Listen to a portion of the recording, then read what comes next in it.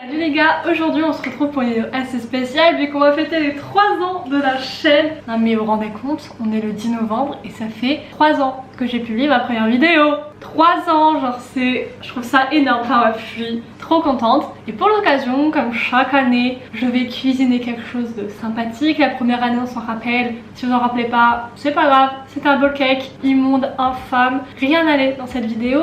La seconde année je crois que j'avais fait des brownies. Et cette année, on va partir sur un tiramisu vegan. Alors vraiment c'est des trucs genre je n'ai jamais fait. On ne sait pas où ça va mener mais je pense que théoriquement il y a quand même plus de potentiel que les années précédentes. Donc c'est parti, aujourd'hui on va cuisiner et pendant les temps de cuisson, de refroidissement et tout, je répondrai aux questions que vous m'avez posées sur Instagram. Dans cette vidéo nous avons aussi le budget vu qu'on a une bougie 3 ans. Donc c'est parti.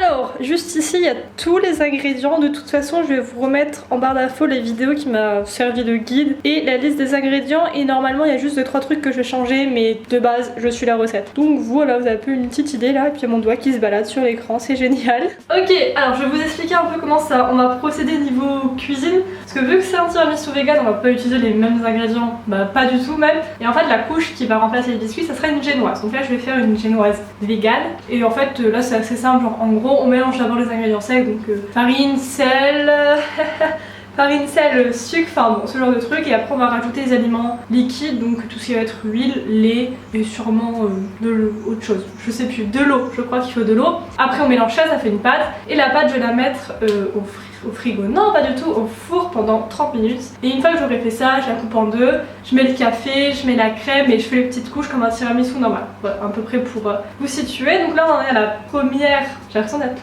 le gars là dans Fort Boyard avec les clés en mode wouh. Là j'ai ma petite farine que je vais ajouter à la levure et bah, tout le reste quoi, donc c'est parti.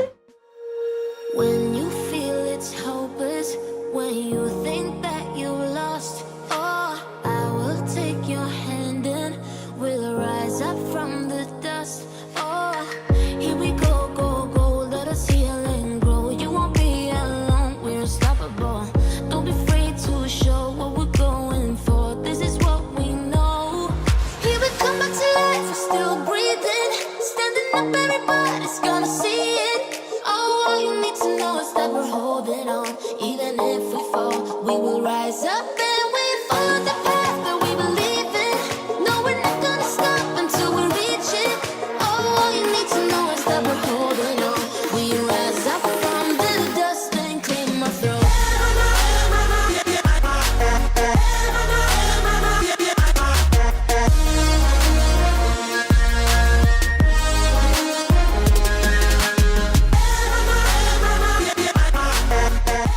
Alors maintenant que la génoise est au four, il reste 15 minutes.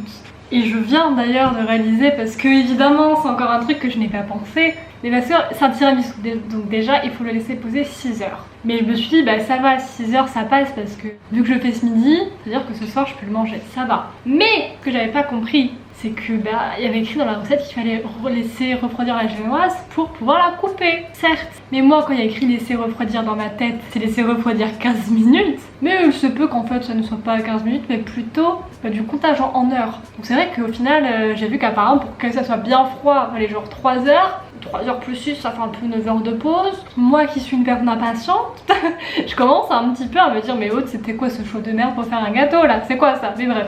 Maintenant nous allons pouvoir passer à la partie FAQ. Au total je comptabilise 8 questions mais en vrai la dernière elle ressemble à la première donc je sais pas si je veux y répondre 2 fois. La première question était qu'est-ce qui me plaît à faire des vidéos. Je pense que vraiment la première raison, genre Uno, One, tous les chiffres là, Heinz, ça a été vraiment de partager, vraiment le partage. Et ce qui est trop cool c'est qu'en fait ce partage là où c'était une fille qui parlait seule à sa caméra, évolue et se transforme en échange, vu que maintenant de plus en plus au fur et à mesure du temps j'ai plus de commentaires, j'ai plus de gens qui réagissent à mes stories ou qui viennent me parler en DM et c'est trop cool parce que du coup il y a vraiment un dialogue qui se crée et j'ai remarqué ça surtout avec mes vidéos débats ou quand je parle de mes livres, il y a beaucoup de gens qui viennent me dire leur avis. En soi on échange avec des inconnus mais de l'autre côté c'est des choses que tu peux faire que sur internet, je veux dire dans la rue je vais pas te taper sur l'épaule de quelqu'un et toi t'as pensé quoi de ce livre, voilà donc c'est tout ce côté là puis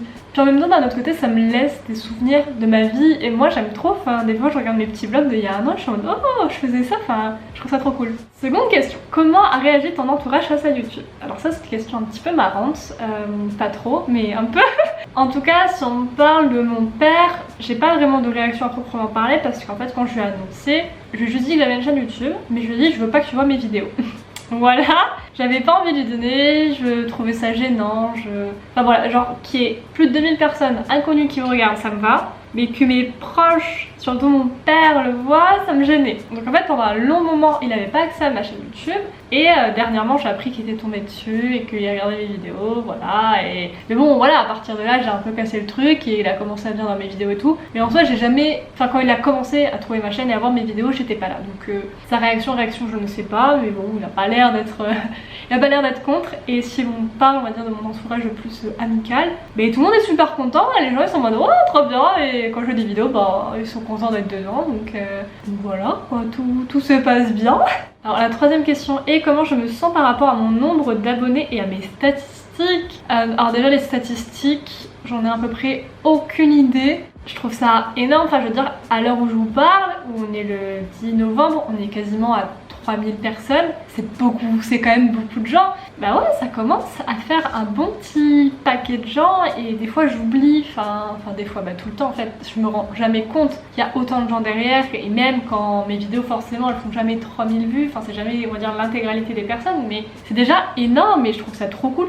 Rien que sur ma dernière vidéo où j'ai parlé d'arrêter mes études, qui est genre une personne de base qui me connaissent pas, qui sont en mode ouais je te soutiens et tout, je trouve ça ouf. Donc ouais non franchement, mais comment je me sens contente de la situation parce que c'est quand même beaucoup de personnes et en même temps c'est pas 100 000 personnes où ça pourrait prendre des grosses ampleurs, où il pourrait y avoir des dramas et tout, donc non, c'est sympathique. Dans quel genre classes-tu ta chaîne? Alors, celle-ci, j'aurais pas trop de réponses, même si en soi, dans YouTube, je la classe dans divertissement parce que c'est à peu près la seule catégorie que je trouve qui correspond, on va dire.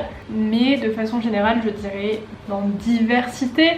Parce que vu que ma chaîne c'est vraiment de tout et de rien, il y a de la cuisine, il y a des livres, enfin des fois je parle un peu scolarité, il y a vraiment de tout. Donc ouais, c'est genre le bric-à-brac, ce qui n'est pas une catégorie.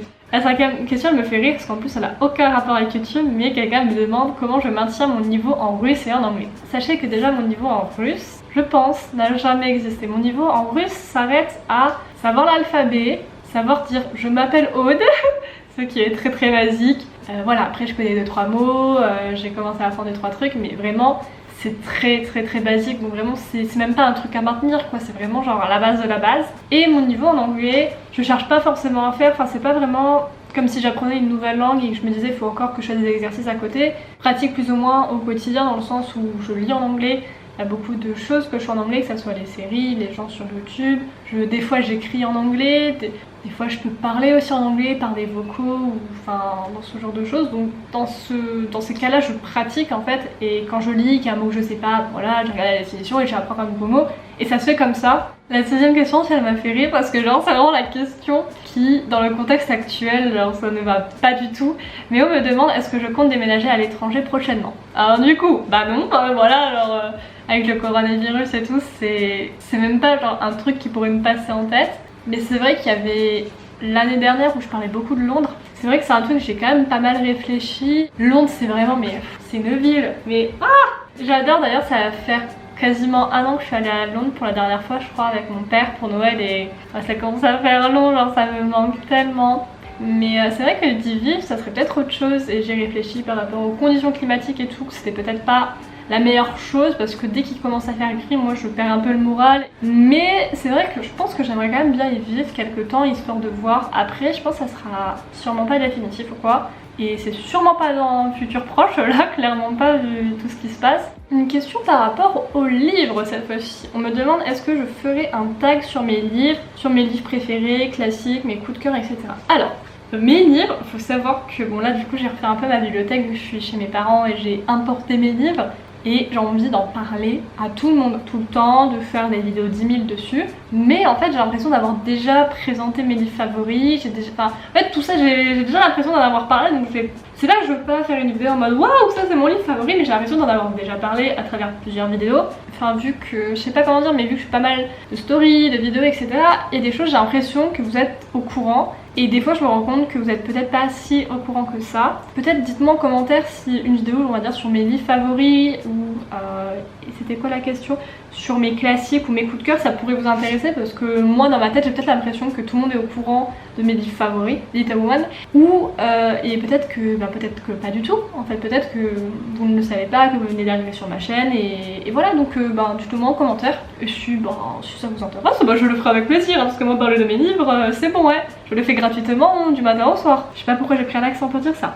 Et donc la dernière question c'était qu'est-ce qui me plaît le plus dans YouTube. C'est pour ça que je disais que ça ressemblait un peu à la première question, mais en même temps j'ai un peu l'impression qu'il y a une sorte de... Vous savez, un petit truc qui diffère et qui fait que c'est légèrement différent. Mais ouais, je pense que c'est vraiment l'échange, et c'est un truc, ça m'a permis de rencontrer des gens. Alors certes ça m'a permis de dialoguer et de rencontrer des gens virtuellement, mais ça m'a aussi permis de rencontrer des gens dans la vraie vie, et ça je trouve ça dingue. Enfin typiquement il y a 2-3 personnes quand même que j'ai rencontrées à la fac parce qu'ils sont tombés sur mes vidéos quoi. Et Gaëlle, bonsoir. Mais je trouve ça dingue. Enfin, je veux dire, c'est vraiment à l'heure actuelle, c'est une amie dans ma vie vraiment, et je l'aurais jamais rencontrée sans YouTube quoi. Alors qu'on était dans la même ville, dans la même fac, et je trouve ça juste dingue en fait, que juste parce qu'elle est tombée sur ma vidéo, en fait on s'est parlé et que voilà ça s'est fait quoi.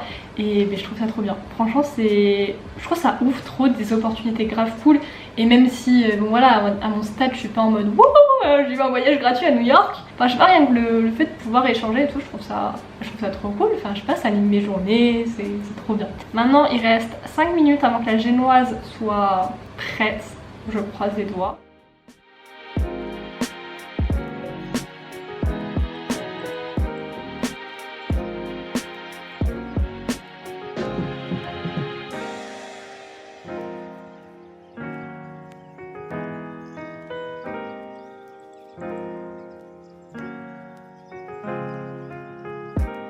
Ok les gars, il est 14h30, je fais une petite pause dans tout ce cheminement pour vous expliquer ce qui s'est passé. C'est que la génoise de base, je devais la couper en deux, voilà, pour avoir 2 étages. Et je pense que vous l'avez vu en image, mais elle est genre comme ça, donc c'est impossible de la couper en deux. Sauf que mon plat est vraiment très grand, donc avoir qu'une couche de biscuits c'est un peu nul quoi. Enfin ça aurait été plus de la crème avec un peu de biscuit qu'un tiramisu. Donc là j'ai pris mes petites pâtes, je suis allée courir au supermarché. J'ai trouvé des biscuits qui étaient genre sans œufs, sans lait, enfin tout ça genre vegan. Et bah c'est reparti quoi. On va pouvoir s'attaquer à la seconde partie maintenant que le gâteau est froid. Yeah.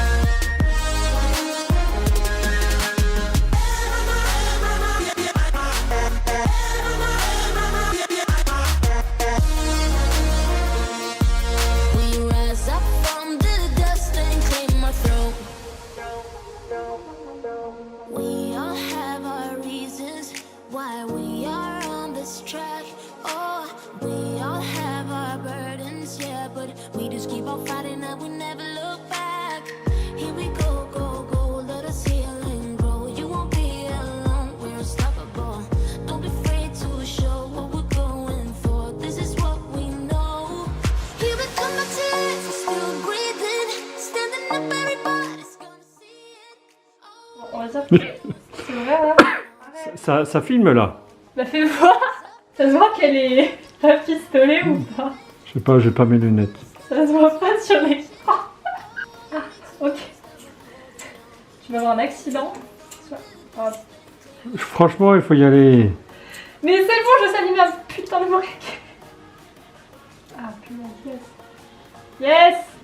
Oh, oh non, elle se casse, elle se casse. Ok, c'est bon.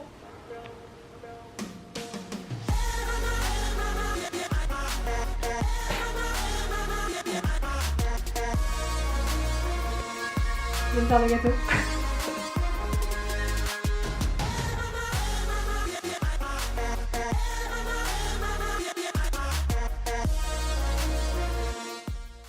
J'ai peur, c'est dur en plus. J'attends ta réaction d'abord. Une drôle de tête. Alors, il y a ce que j'aime bien dans le flan. Et il y avait des trucs de blanc dedans. Ah, ben, la noix de coco. la noix de coco. Et il y en a dedans. Non, ne me dis pas que c'est autre chose que de la noix de coco avec le goût de la noix de coco. En fait, c'est ce que j'ai dit. Les boîtes de conserve, c'est du lait de coco. Ah, Et en fait, je m'en suis servi pour faire la crème du tiramisu. En vrai, ça va, je m'attendais à pire. Par contre, c'est marrant parce que je vois pas la différence entre la couche du bas et la couche du milieu, alors que c'est totalement deux biscuits différents. Ouais, ça sent vachement la noix de coco, on dirait un peu une sorte de bounty. et est-ce que tu es capable de faire des recettes non véganes? Non. Pourquoi je ferais pas un tiramisu spécialement pour toi alors que je suis végane et que je vais pas le manger? Ouais. Parce Pourquoi que j'ai perdu du temps et pas le manger. Ouais, non, tu pourrais penser à ton pauvre père. Non mais je pense pas à toi, je te fais à manger tout le temps. Je pense que c'est pas un tiramisu mais j'aime bien. Bon, c'est bon de conclure la vidéo, je pense qu'elle est assez longue comme ça. En tout cas, joyeux anniversaire à la chaîne. Le résultat était plutôt bien, franchement ça a bien durci au frigo, c'était grave cool. Après, comme vous l'avez entendu, ça a grave un goût de noix de coco. Donc il faut aimer, c'est pas exactement la texture d'un tiramisu. Mais franchement, c'est bon, ça ressemble un peu à des bounty mais pas trop, enfin je sais pas comment dire. Mais franchement ça se mange, je pensais pas en vrai, donc je suis contente. Voilà, bisous, ciao.